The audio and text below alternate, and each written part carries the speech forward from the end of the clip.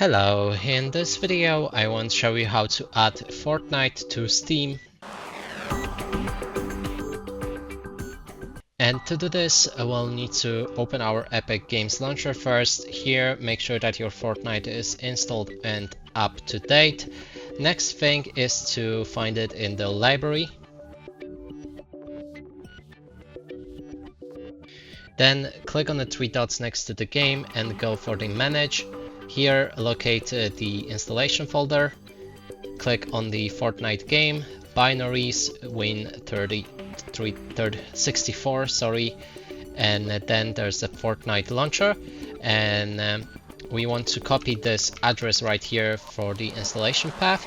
And now we can open our Steam. Here in the library, select Add Game, Add Non-Steam Game, browse, and then enter the address right here that we've copied. Click on the Open.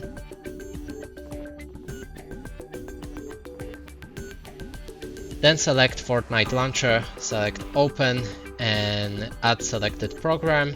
Now you can find it in the library, and you can launch the Fortnite with Steam overlay.